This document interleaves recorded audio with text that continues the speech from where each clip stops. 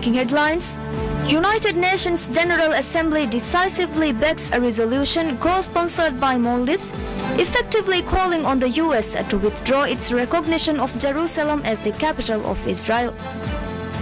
Maldives responds to the US and Israel in the 10th Emergency Special Session concerning the Palestine issue, appealing to Israel to withdraw from illegal occupation of Palestine. And India announces that it will provide Myanmar with $25 million for development projects to enable the return of Rohingya Muslims.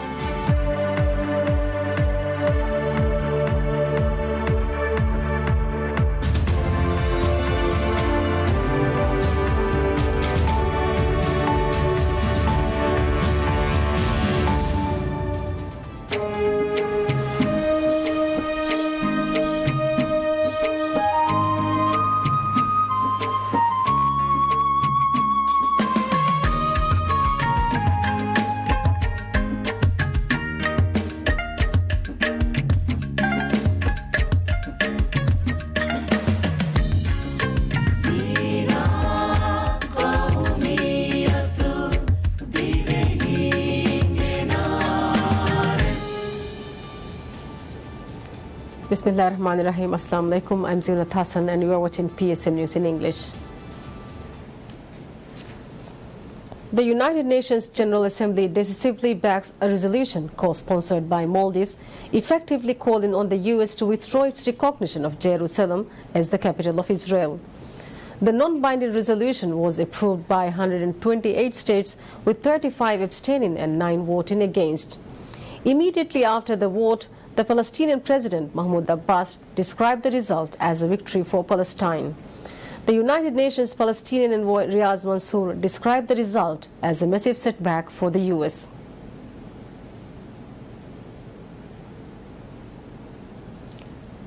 The 193-member United Nations General Assembly held the rare emergency special session at the request of Arab and Muslim states who condemned the US President Donald Trump's decision to reverse decade of US policy.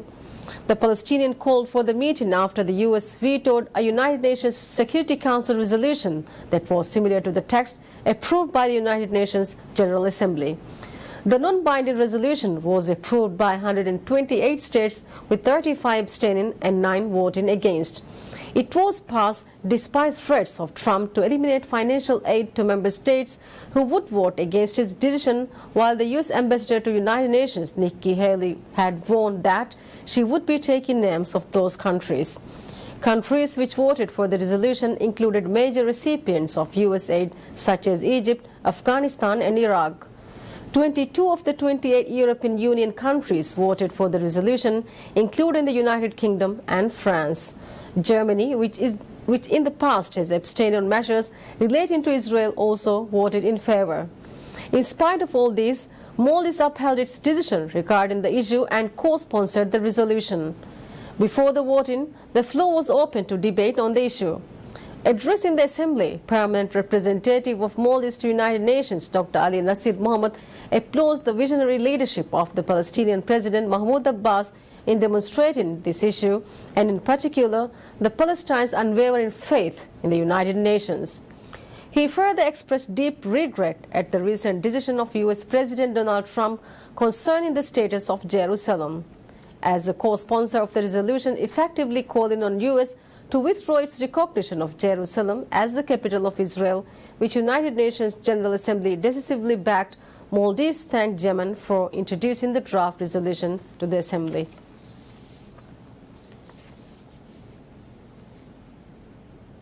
Maldives responds to the US and Israel at the 10th Emergency Special Session concerning the Palestine issue, appealing to Israel to withdraw from illegal occupation of Palestine. Delivering the speech at the Emergency Special Session concerning the issue of Palestine, Permanent Representative of Maldives to United Nations, Dr. Ali Nasir Mohammed, stated that there is no place in the international system for illegal occupation and annexation of people's land. Noting that the message by the countries to Israel and handful of countries that supports the illegal actions are very clear, the Maldivian representative stated that international community is united in upholding the rule of law. there is no place in the international system for illegal occupation and the annexation of people's lands. Israel needs to understand that the final status of Jerusalem can be decided through a negotiated settlement, that any unilateral action to recognize Jerusalem would be in violation of international law and the relevant Security Council resolutions on this matter. This is an opportunity for Israel to make a strategic decision that will shape the future of its people, the people of the entire Middle East and beyond. My government appeals to Israel to withdraw from illegal occupation of Palestine and to help create conditions for the establishment of an independent and sovereign state of Palestine that can coexist side by side with Israel within secure and recognized borders based on 1967 lines, with East Jerusalem as its capital. Continuing on, Maldives called on Israel to implement the relevant resolutions to fully respect the legal obligations that it undertook in the international agreements it has signed.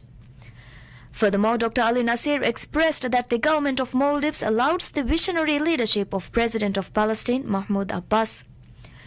On conclusion, Maldives assured that once elected for the seat of the United Nations Security Council, it will work with all member states to ensure that the United Nations remain the key actor in finding a lasting resolution for the people of Palestine and in creating a shared solution for a shared destiny. My government appeals to Israel to withdraw from illegal occupation of Palestine and to help create conditions for the establishment of an independent and sovereign state of Palestine that can coexist side by side with Israel within secure and recognized borders based on 1967 lines, with East Jerusalem as its capital. That is the solution that the UN Security Council resolutions have advanced. The Maldives therefore calls on Israel to implement the relevant resolutions, to fully respect the legal obligations it undertook in the international agreements it has signed on to, and to return immediately to a framework that could advance the Middle East peace process based on a two-state solution. The center of gravity in international politics is shifting towards the rule of law. No power is too great to ignore this reality. That is the reality that the resolution we will adopt today will crystallize. And the Maldives will continue to work to ensure that this reality is sustained over time, as it is hopeful to get elected to the Security Council for the term 2019 to 2020. We will work with every member state to ensure that the United Nations remain the key actor in finding a lasting solution for the people of Palestine and in crafting shared solution for a shared destiny for all of us. The non-binding resolution was approved at a United Nations General Assembly emergency meeting by 128 states, with 35 abstaining and 9 voting against it. Maldives Media Council urges all media institutions to refrain from publicizing content which will hinder the relationship between Maldives and other countries. A statement issued regarding complaints that some articles published by some media outlets defame the bilateral relations, Media Council stated that it will review content published which may cause negative impacts on foreign relations and national security. The Council further said that it will all be reviewed and investigated according to rules and regulations. As it is the responsibility of the Council to educate and raise awareness among media institutions, it reiterated the media outlets to avoid publishing any content which may obstruct or defame the country in any manner.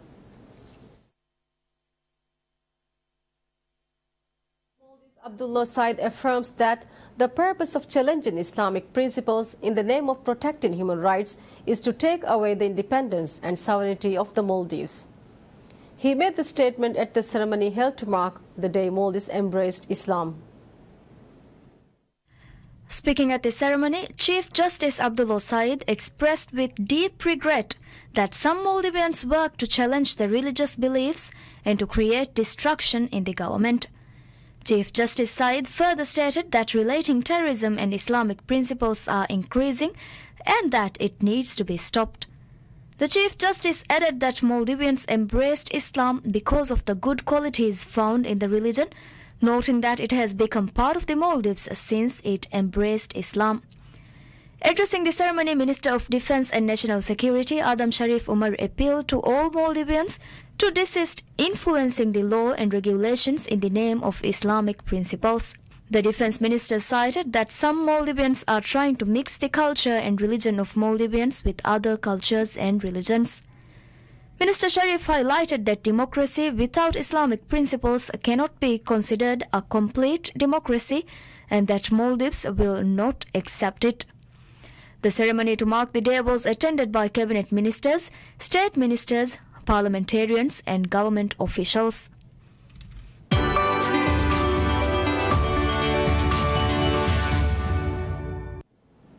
China's small and medium-sized enterprises SMEs are getting a boost thanks to the fast development of inclusive finance policies. In a bid to spur the Chinese economy further, efforts are being made in the country to help small and medium-sized enterprises SMEs get easier access to cheap cash. In the vibrant city of Ningbo, East China, SMEs are a driving force, accounting for 70% of taxes collected in the city and providing 90% of all the jobs. But these firms faced a similar obstacle, the inability to borrow cheap money due to the lack of a collateral. Zhejiang Martian Corporation was able to clear this hurdle thanks to the inclusive finance policies. The Chinese government has offered various incentives to big and medium-sized banks to encourage them to extend microloans and other basic financial services to SMEs. These perks include targeted cuts on their reserve requirement ratios and tax relief. In places like Ningbo, these measures mean capital-starved SMEs have gained access to cheap cash to help them get through tight spots or expand their reach. As of June, loans for small and micro businesses had reached around $4.3 trillion, up nearly 15% year-on-year. SMEs have become one of the major pillars of the Chinese economy, but for years a large number of them suffered difficulties in financing. And now the fast development of inclusive financing is helping them to not only survive but thrive.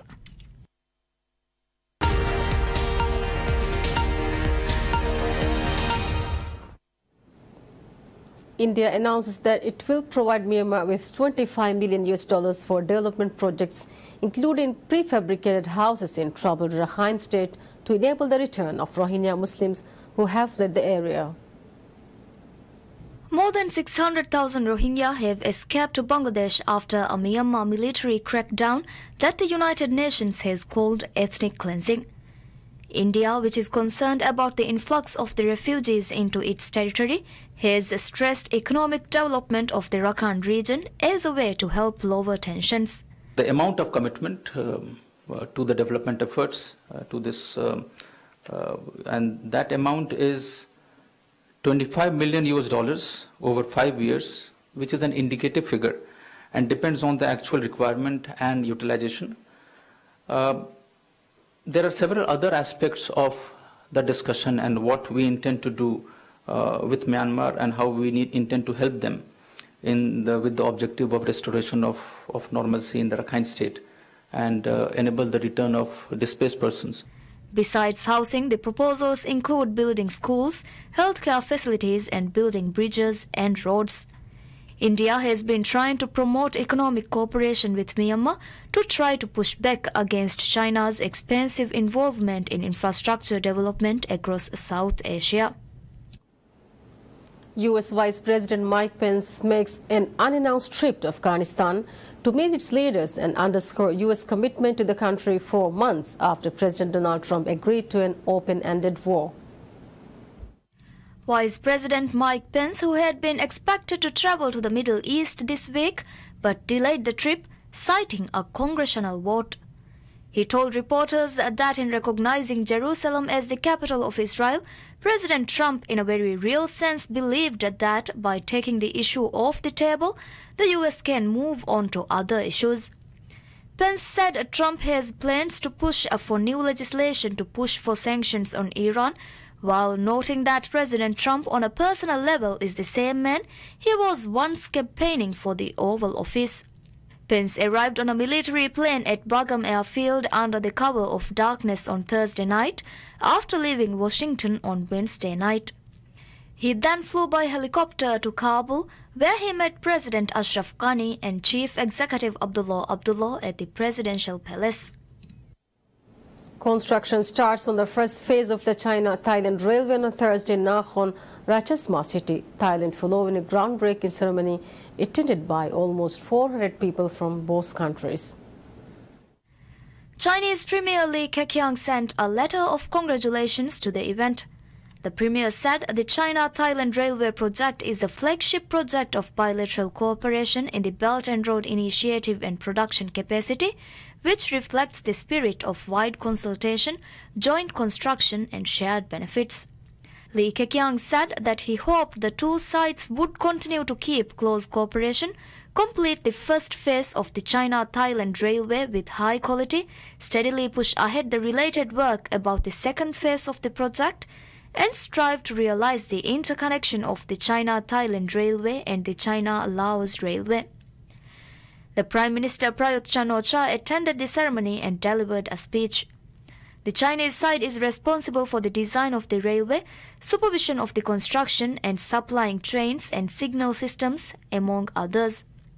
Once completed, the Bangkok-Nakhon Ratchasima Railway, with a maximum speed of 250 km per hour, will be the first standard gauge high-speed railway in the country, slashing journey times from Bangkok to its northeastern border to Nong Khai from 10 hours to just over 3.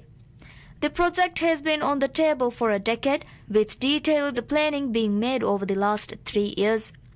The first phase, stretching to 150 kilometers from the Thai capital to the city of Nakhon Ratchasima, is scheduled to complete in 3 years. Engineers hope the second section to Nong Khai can be built more quickly. In the future, it is planned to extend the line northward through Laos to China and southward through Malaysia to Singapore, creating a genuine trans-Asian rail network. The Thai government believes the rail scheme will bring a much-needed economic and construction boom in the northeast, which has been the country's severely deprived region. Commuters in Thailand have long suffered aged trains, breakdowns on derailments due to old tracks, but with the new railway under construction, they may expect better and safer travels in the future. Australia announces that it will end air strikes against IS militants in Iraq and Syria and bring its 6 Super Hornets planes home after 3 years as part of the US-led coalition in the Middle East. Defense Minister Mary Spain told a media conference the decision was made following the Iraqi declaration of victory over IS militants. Australia has been in the Middle East as part of the US-led effort against IS militants since 2014. Pence said other Australian operations in the region would continue, with 80 personnel who are part of the Special Operations Task Group in Iraq, including Australian Special Forces, continuing their deployment. Australian soldiers have also been training Iraqi troops at the Taji military base outside Baghdad. United Nations Syrian Envoy Special Advisor states that he hoped that negotiations being held in Kazakhstan's capital Astana and aimed at helping to end the Syria crisis will lead to a cessation of hostilities in the besieged rebel-held area of eastern Ghouta and will see efforts to end the fight and be re-energized. Talking to reporters after a weekly humanitarian task force dedicated to the humanitarian situation in Syria, Egeland said that although fewer people were now under siege or out of reach of humanitarian aid, 2017 had defied expectations by being worse than 2016 in many respects, and fewer aid convoys were going in. He said he hoped Astana might bring a cessation of hostiles in the rebel-held enclave of eastern Ghouta, where Assad's forces are besieging almost 400,000 people. He added that United Nations aid convoys are waiting for Syria's government to give them a green. Food prices have risen 8-fold since August, and 495 people are still waiting to be medically evacuated.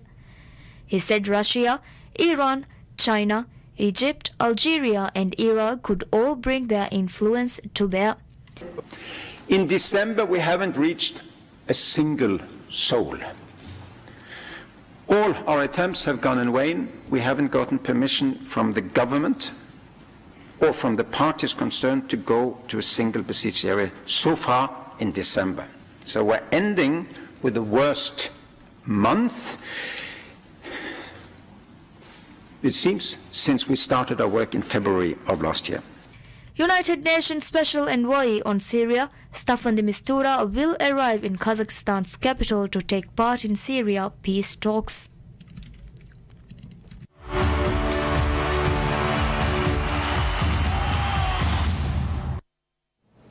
Tokyo 2020 organizers unveils a budget of $12.6 billion for the next Summer Games.